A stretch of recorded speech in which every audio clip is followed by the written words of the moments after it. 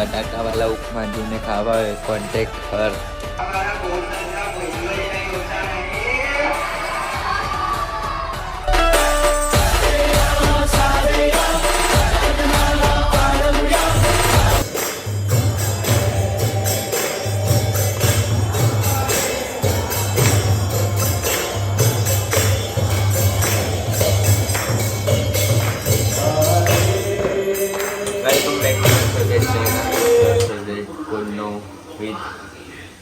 રસોઈ તો હમણાં બને છે ઉપમા અને પહેલી વાર ઉપમા આ ઘરમાં બનાવે છે.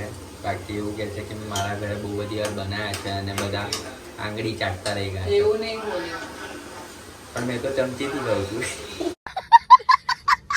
તો હવે જોઈએ છે કેવું બનાવે છે, પછી તમને રિવ્યુ આપું. અને હમણાં મેં કીધું ત્યારે એને ટામેટા નાખ્યા, બાકી ટામેટા બી નતા નાખી.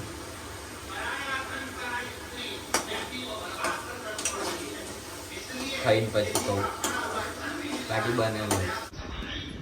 The time of review.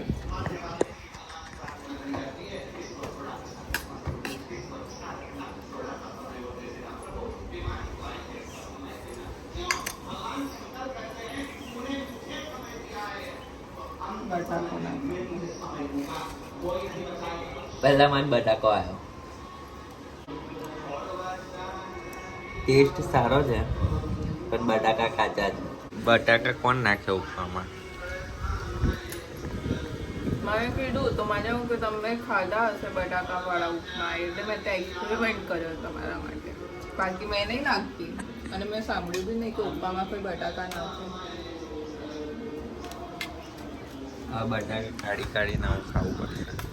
કાઢી આપું 0 10 માંથી.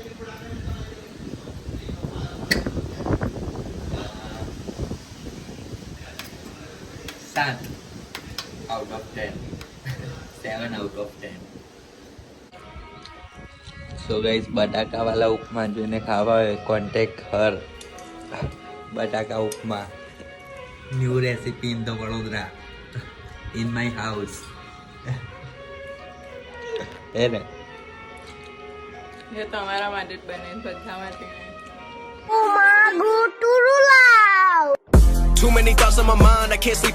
સો અત્યારે વાગ્યા છે 7:45 અને બહુ જ લેટ થઈ ગયું છે જવા માટે. ઠીક બોરસદ જવાનું છે અને હિમાંશુ આવે છે તો હવે એ આવે એટલે નીકળીએ. પછી તમને ગાડીમાં બધું કહું. હું નહીં જઈ રહી, હું નહીં આવી. આની આવતી. તો હવે જવા માટે નીકળી ગયા છે. 8 વાગી ગયા. હવે જતા 9 વાગશે, 9 સાડા 9 વાગશે. અને અત્યારે આપણી જોડે હિમાંશુ છે. બતાવી લો પોતાને, બતાવી તો ખરી. ચાલશે નાલા બતાવી ને, સારું લાગે. પછી એવું કે ખોટું બોલે છે એટલે. તો હિમાંશુ ભાઈ યુટ્યુબ ચેનલ પર દેખાઈ ગયા. તો હવે કોમેન્ટ ના કરતો હિમાંશુ ભાઈ કેમ નહીં દેખાતા. તો હવે નીકળીએ છે અને બહુ બધા એટલે 2 અઠવાડિયાથી ગણપતિ આગમનમાં અને વિડીયો બનાવવા માટે મારા પર બહુ મેસેજ અને ફોન આવે છે. તો એ કોલ મેં ઉપાડ્યા નહીં અને કોઈ મેસેજના રિપ્લાય નહીં આપ્યા. એના માટે સોરી. કેમ કે અઠવાડિયાથી હોસ્પિટલ ને બધું ચાલુ હતું. કેમ કે મને થોડો પ્રોબ્લેમ થયો હતો, એના લીધે મેં કોઈના કોલ અને મેસેજનો રિપ્લાય નહીં આપ્યો. પણ હવે જેમને પણ આગમનમાં ઇન્વાઇટ કરવો હોય કે વિડીયોઝ બનાવવા હોય તો હવે મેસેજ કરી શકો છો તમે બધા. અને અમારા સાથે હજી 2 છોકરાઓ આવવાના છે, જે નીલો છે અને મેહુલ. તો જઈએ હવે, મળીએ આગળ. તમને બોલું જ કઈ પાણી બધું બહુ જ છે. મને બહુ નડ્યું છે. એક મિનિટ આમ કર આમ. અને આ માંજલપુર થી આવ્યો માંજલપુર થી જ આવ્યો. મકરપુરા થી આવ્યો તો રસ્તામાં બહુ જ પાણી હતું. તમને ખબર જ છે કે વડોદરામાં છેલ્લા અઠવાડિયાથી જ બહુ વરસાદ પડે છે. અને હવે અમે જઈ રહ્યા છે બોરસદ. હવે વચ્ચે કોઈ જગ્યાએ વરસાદ તો નહીં પણ જે પાણી ભરાયેલું છે એ ના નડે તો સારું, બાકી તો જય માતાજી. થોડા લેટ આવીશું, બીજું કઈ નહીં. હા પણ આવીશું હવે. આજે વરસાદ નહીં એટલે સારું છે. આજે થોડો રસ્તો ક્લિયર છે. હજુ હું પણ હજુ કશું નહીં. સ્ટાર્ટ હોતી ખતમ હો ગયા તો.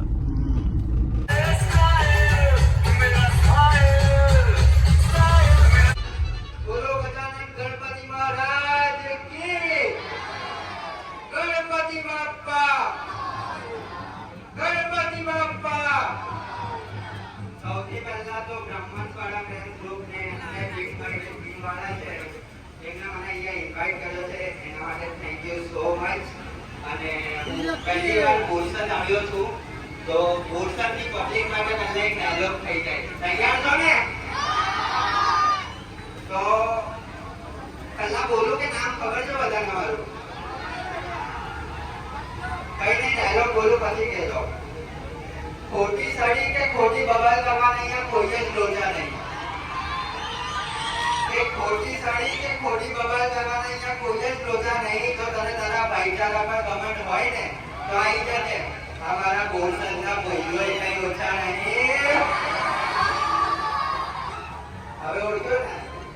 તો જે લોકો ના ઓળખતા હોય એને કહી દઉં કે મારું નામ કુન્નુ છે. કદાચ તમે કુન્નુના નામથી ઇન્સ્ટાગ્રામમાં મને જોયો હશે.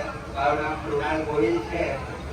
એન્ડ વડોદરામાં હમણાં તમને ખ્યાલ છે કે બહુ જ ખરાબ પરિસ્થિતિ છે, પણ આપણા જે વિઘ્નહર્તા છે ગણપતિ બાપ્પા, એમની કૃપાથી આજે વરસાદ બંધ થયો ને મેં અહીંયા આવી શક્યો. એના માટે એકવાર ગણપતિ બાપ્પા, ગણપતિ બાપ્પા. આખું વર્ષ જેની રાહ જોઈએ છે ત્યારે જઈને 10 દિવસની ખુશી આવે છે. કે આખું વર્ષ રાહ જોઈએ છે ને ત્યારે જઈને 10 દિવસની ખુશી આવે છે. ને આપણે તો બહુ ખુશ નસીબ છે, કેમ કે આપણા આંગણે 10 દિવસ આપણા ભગવાન આવે છે. તો બોલો બોલો ગણપતિ બાપ્પા, ગણપતિ બાપ્પા. તો શ્રી રામના ભક્ત કેટલા છે અહીંયાથી? હાથ ઊંચો કરજો, બધા હાથ ઊંચો કરજો. જે શ્રી રામના ભગત ના હોય એ હાથ નીચે રાખજો. તમે શ્રી રામના ભગત નહીં તો હાથ ઊંચા જ રાખજો જ્યાં સુધી ડાયલોગ ના પતે ત્યાં સુધી. બરાબર? ના કોઈ ધર્મને ખોટા કહીશું કે ના કોઈ ધર્મને ખોટા બતાવીશું.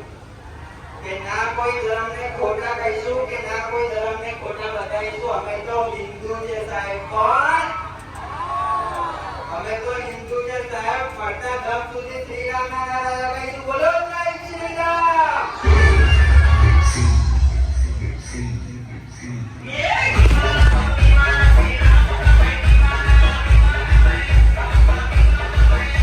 आपल्याला फक्त दोनच गोष्टी आवडतात, गणपतीची गाणी आणि आपला लाडका चिमणा.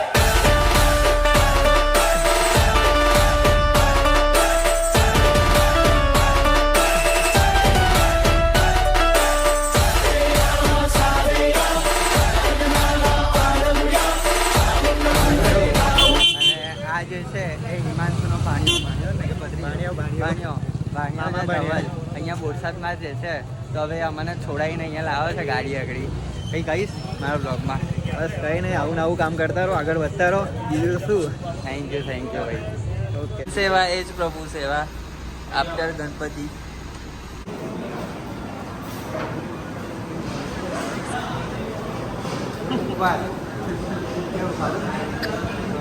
થોડું કે નહીં, આજકાલ બહુ દુઃખમાં ચાલે છે. એની સ્ટોરી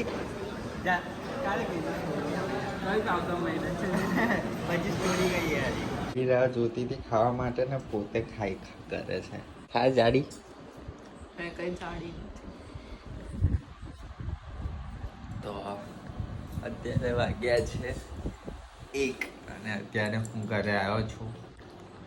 મજા આવી બોરસદમાં. મેં પહેલી વાર બોરસદ ગયો ગણપતિ આગમનમાં આ રીતના, અને સારો એવો રિસ્પોન્સ હતો બોરસદની પબ્લિકનો. તો જે લોકો પણ આવ્યા હતા એમને thank you so much. And જે લોકો નથી મળી શક્યા એમને સોરી. બાકી તો બહુ મજા આવી હતી. તો આ વ્લોગ આપણે અહીંયા જ એન્ડ કર્યો છે. જો તમે મારો વ્લોગ પહેલી વાર જોઈ રહ્યા એટલે મારો નહીં કોનાલનો વ્લોગ પહેલી વાર જોઈ રહ્યા હોય તો પ્લીઝ લાઈક શેર સબસ્ક્રાઈબ. મળીએ એક નવા બ્લોગ સાથે. ત્યાં સુધી સ્ટે ટ્યુન. કે ખોટી સાડી કે ખોટી બબાલ કરવાના અહીંયા કોઈ જ લોચા નહીં. જો તને તારા ભાઈચારા પર ઘમંડ હોય ને તો આવી જજે. આ મારા બોરસદના ભાઈઓ કઈ ઓછા નહીં.